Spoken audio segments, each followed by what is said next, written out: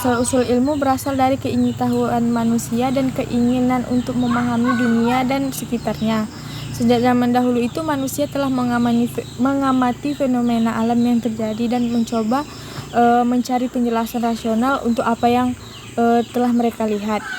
Pada awalnya itu pengetahuan manusia tentang dunia itu didasarkan pada pengalaman yang terjadi langsung atau secara observasi. Ilmu adalah pengetahuan yang diperoleh melalui pengamatan, penelitian, dan pengujian yang dilakukan secara sistematis. Ilmu melibatkan metode ilmiah yang bertujuan untuk memperoleh pemahaman yang lebih mendalam dan lebih baik tentang dunia dan fenomena yang ada di dalamnya. Ilmu memiliki tujuan yang salah satunya itu mencari kebenaran objektif dan memahami bagaimana sih prinsip-prinsip yang mendasari alam semesta, dan ilmu juga menjelaskan tentang fenomena alam apa yang terjadi, fenomena sosial, dan menjelaskan hubungan antara manusia dan juga alam. Ilmu juga memprediksi tentang perilaku dan peristiwa yang berdasarkan bukti yang ada. Ilmu menggunakan metode ilmiah yang karena melibatkan langkah-langkah seperti merumuskan pertanyaan, merancang penelitian, mengumpulkan data, menganalisis data, dan memberikan kesimpulan berdasarkan bukti yang ada gitu.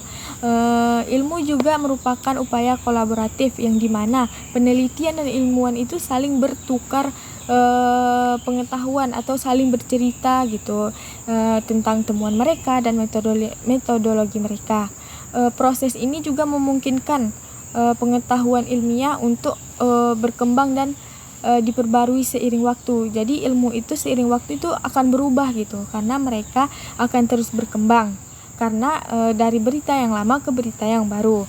Dan penting untuk kita ketahui bahwa ilmu ini tidak bersifat dogmatis atau absolut, yang dimana pengetahuan ilmiah ini akan terus berkembang seiring pertemuan baru dan penelitian yang lebih lanjut, yang seperti dibilang tadi, dia akan berkembang dari yang lama ke yang baru gitu, dan akan membuat pengetahuan yang lebih baik dari yang sebelumnya.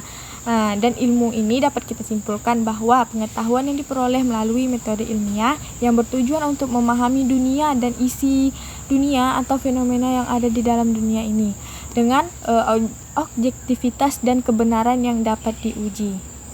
Ilmu filsafat adalah cabang ilmu pengetahuan yang mempelajari pertanyaan-pertanyaan mendasar seperti tentang kehidupan, pengetahuan, realitas, nilai, dan eksistensi.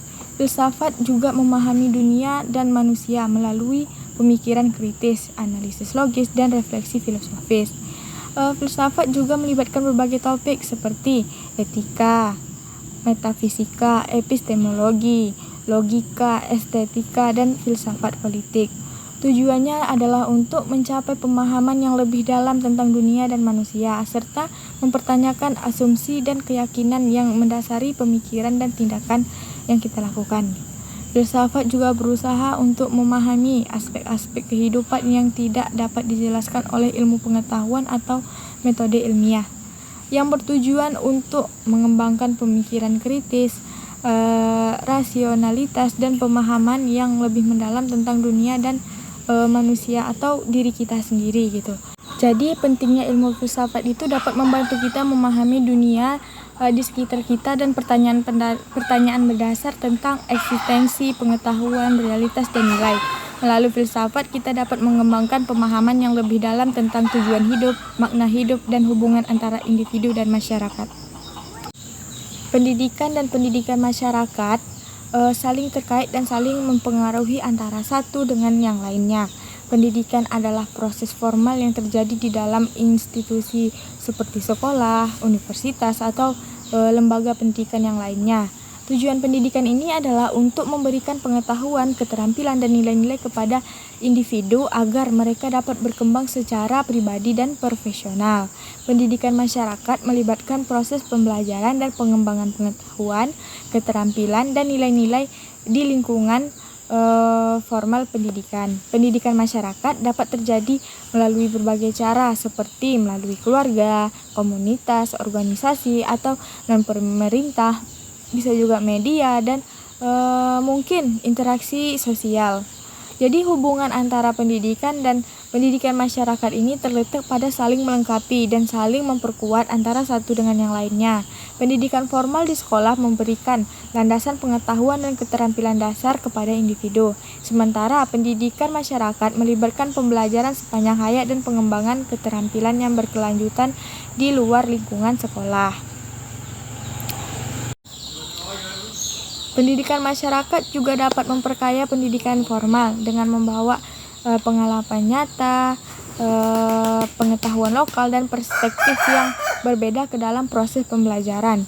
Selain itu, pendidikan masyarakat itu dapat membantu memperluas akses pendidikan bagi individu atau anak yang tidak memiliki akses ke pendidikan formal, seperti misalnya anak yang putus sekolah atau kendala dalam ekonomi. Pendidikan masyarakat dapat berperan dalam mempromosikan kesadaran akan isu-isu sosial, keadilan, dan hak asasi manusia, dan dapat membantu menciptakan masyarakat yang lebih inklusif, berwawasan luas, dan bertanggung jawab. Dengan itu, pendidikan dan pendidikan masyarakat saling melengkapi dan berkontribusi dalam membentuk individu yang terdidik dan masyarakat yang lebih baik.